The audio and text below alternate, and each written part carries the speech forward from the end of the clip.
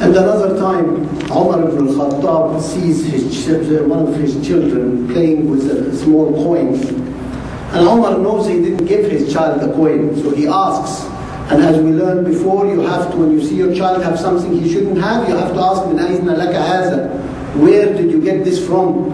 Umar did not give him this coin, so he asked him, "Where did you get this coin?" So he told him, "The guard of Baytul Mal, the treasury, gave it to me." So he goes to the treasurer and says, "Did you give my son a coin?" He said, "Yes, Ya Amir al-Mu'mineen. I was going through all the money in the treasure. And there was a lot of money, and there's this one small coin changed.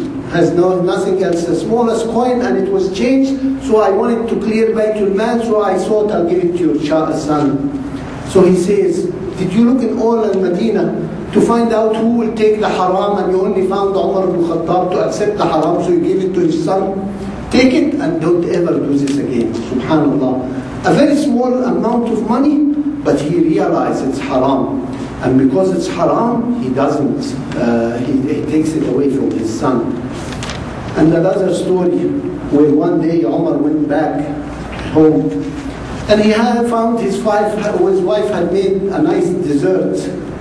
So he asks her, "Where did you get the money for this dessert? I know how much money I make, and I could not have had money to make this dessert." Umar ibn al-Khattab, who rules this great empire, knows that he doesn't have enough money to make this dessert.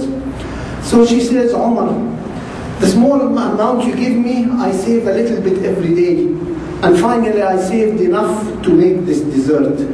He looks at her and says, "That means the state is paying me too much." And he cut his allowance by this much, saying that it's not, he doesn't need it. If he can save it, he doesn't need it. Subhanallah. So here he realized these are other people's money. It's not his own.